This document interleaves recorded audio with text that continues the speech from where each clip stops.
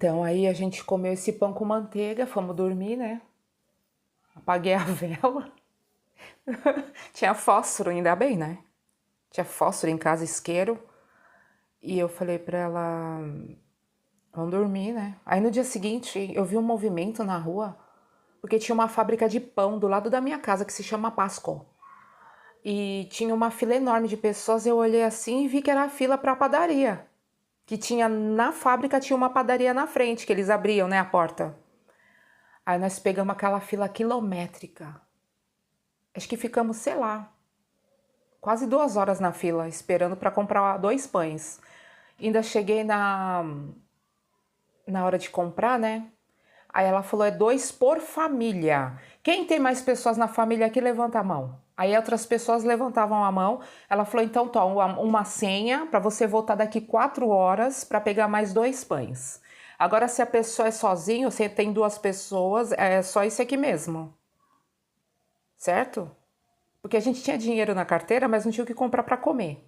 Por isso que eu falo, pessoal, dinheiro não se come. Eu aprendi muito na minha vida, hein? Por isso que para mim tá tudo certo.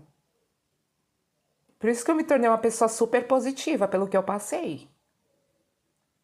Aí, quando chegou minha vez de comprar o pão, aí a moça falou, é 2 pães. Eu falei, tá bom. Aí quando eu olhei pro lado, tinha uma japonesa com 2 crianças no chão e uma no canguru.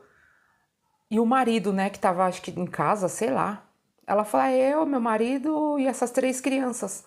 Aí a moça do estabelecimento falou, você volta daqui 4 horas e pega mais 2 pães. Eu olhei pra ela, assim, a moça falou, tá bom, então. Olhei pra ela e falei, pega um pão meu aqui, ó, e leva. E amanhã você esteja aqui nesse mesmo horário, que eu vou estar aqui, pra te dar o outro pão. Ela falou, ai, ela até quase chorou a japa. Obrigada, obrigada. Eu falei, cara, tranquilo, você tem criança. Aí eu dei um pão pra ela e eu continuei comendo só um pão por dia. Aí não era pão com presunto, pão com queijo ou pão com requeijão, nada disso. Era pão puro, de leite, sabe? Uns pãozinho de leite, né, normal de hot dog. Isso aí. Eu fiquei um mês comendo só esse pão aí. Todo dia ela tava na fila e eu entreguei pra ela todos os dias como prometido o pão. Eu comia um pão e dava o outro pra ela. Aí a Elisete falou, será que eu dou o meu também? Eu falei, você não. A Eliette estava com 50 e poucos anos na época. Eu falei, não, você tem que se alimentar. Coma. Coma os 2, não dê pra ninguém o seu. Eu tô dando o meu porque eu seguro a onda. Aí eu fiquei com anemia, né, gente? Claro, eu não tinha nada de vitamina no corpo, nem ela também. Só que eu comia menos, né? Só que eu sentia fraqueza, tudo, mas eu tava ali firme e forte. E quando eles começaram a ligar água 1 hora por dia, eu enchia, né, a banheira de água, o furô. Enchia as garrafas pra gente tomar água da torneira mesmo, né? E fomos vivendo assim. Durante um mês ela ficou comigo na minha casa, a Eliette. Comecei a ficar preocupada com ela, porque só comer 2 pães, né, por dia, desse jeito aí.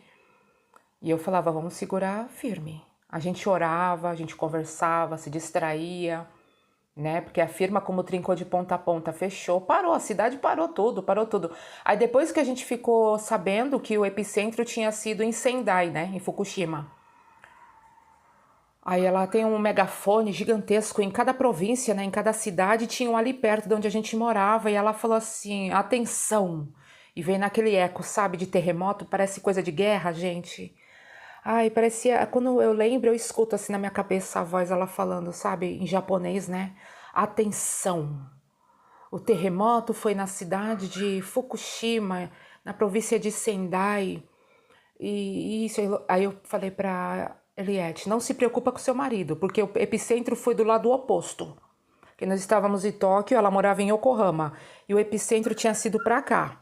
Eu falei, não se preocupa, que não tem nada com seu marido, tá muito bem, melhor que a gente. E foi isso, sabe, pessoal? E eu vou continuar contando o restante aqui da minha história agora das OP, né? Mas eu precisei colocar isso aqui pra vocês, né? Então, desculpa tá tendo os cortes, é que você sabe que meus vídeos eu gravo de 5 em 5 minutos, né? O programa é pra ficar melhor assim. Então, e aí chegou o dia, ela foi embora, tal, aí eu mudei de província, né? Eu fui pra Guma, onde tinha mais brasileiros, Porque mesmo no terremoto eu não conseguia abastecer meu carro. Porque a fila de gasolina era mais de 2 horas de fila, um carro atrás do outro, e eles estavam vendendo somente 1 litro. Era para rodar por ali só, sabe? Assim, todo dia você comprava 1 litro. Então, 1 litro não dava para chegar na província onde estavam os brasileiros, que é em Guma, entende? Ai, um cabelo aqui. Ai. Então, não dava para chegar aonde eu queria, onde tinha a província de brasileiros, sabe? É muito longe, encostei o carro lá e ficou. Falei, não vou abastecer nada. Aí quando chegou, né, que já começou a voltar, a água começou a voltar, a luz, depois de um mês, né? Os hospitais começaram a funcionar para pessoas que não estão internadas, porque assim, o hospital ele ficou restrito com o gerador somente para pessoas que estavam internadas. Eles não faziam mais consultas, não faziam atendimento, nada disso, tá? Só abria emergência para parto, só. Agora, e internação de pessoas que estavam internadas. Agora, se pessoa chegasse com problema, acidente, isso e aquilo, aí se internava. Mas para eu chegar lá e fazer uma consulta, não dava, né? Eu até tentei na época, mas não dava. Porque eu senti que eu tava fraca, tal, né? Para tomar um soro, depois eu tomei soro. 3 dias. Soro. Eu fiquei com anemia. E foi isso, pessoal. Aí o presidente da empreiteira falou, Shirley, não sai ainda, não. Não vai pro Brasil, não, tá? Ainda. Porque eu tava... Como lembra que eu tinha falado que eu tinha marcado pro dia 6 de abril? Aí eu tinha desmarcado. Aí eu queria remarcar, né? Mesmo sem saber se ia dar ou não, por causa dessa situação de ter parado tudo, né? Aeroporto... Aeroporto teve que... Vários lugares teve que fazer reforma, de tanto que trincou tudo. Aí eu falei, não, tudo bem. Ele falou, fica aqui, porque muitas pessoas vão sair e você vai ter que recontratar pessoas para mim. Aí eu fiquei lá o ano todo, né? Fiquei lá o ano todo, recontratei pessoas, né, nessa outra empreiteira que eu entrei. E em dezembro de 2011 eu vim embora pro Brasil. Eu cheguei aqui no dia 11 de dezembro de 2011, que eu saí de lá dia 9, né? Cheguei aqui dia 11. Aí quando foi no ano de 2012, eu encontrei uma colega minha, que ela trabalhava como corretora, e ela falou, Shirley, você... Porque eu comecei a trabalhar numa multinacional lá no centro, aí o serviço ficou fraco justamente por causa do Japão, que eu entrei como Japanese Desk nessa empresa, né? Para fazer traduções para empresários japoneses que vinham de lá. Eu cheguei em dezembro e em fevereiro eu já estava numa multinacional aqui trabalhando. Foi rápido, eu descansei 2 meses só. Aí, por causa da situação do Japão, a crise, tudo isso atrapalhou. Aí eles falaram, olha, Shirley, o pessoal não tá vindo mais, não vai precisar mais tirar o RNE do pessoal, não vai precisar mais fazer visto, nem nada disso. Então, aí eu trabalhei lá 7 meses, né, e fui dispensada em 2012, no mês de agosto, fevereiro, setembro, 7 meses eu trabalhei lá. Eles acertaram tudo certinho comigo, tal. Aí eu fiquei parada. Aí nisso essa minha colega chegou e falou pra mim, Shirley, você não quer trabalhar comigo, né, oferecendo galpão, tal, porque o que você vender entra de comissão, né? Aí eu falei, vou tentar, vou fazer. Aí eu fiz toda uma página, montei tudo certinho, me inscrevi no LinkedIn, né, para poder oferecer a moto. Releva. Aí eu me inscrevi no LinkedIn, né, para poder oferecer galpões, tinha farmácias, shopping, várias coisas, né? Aí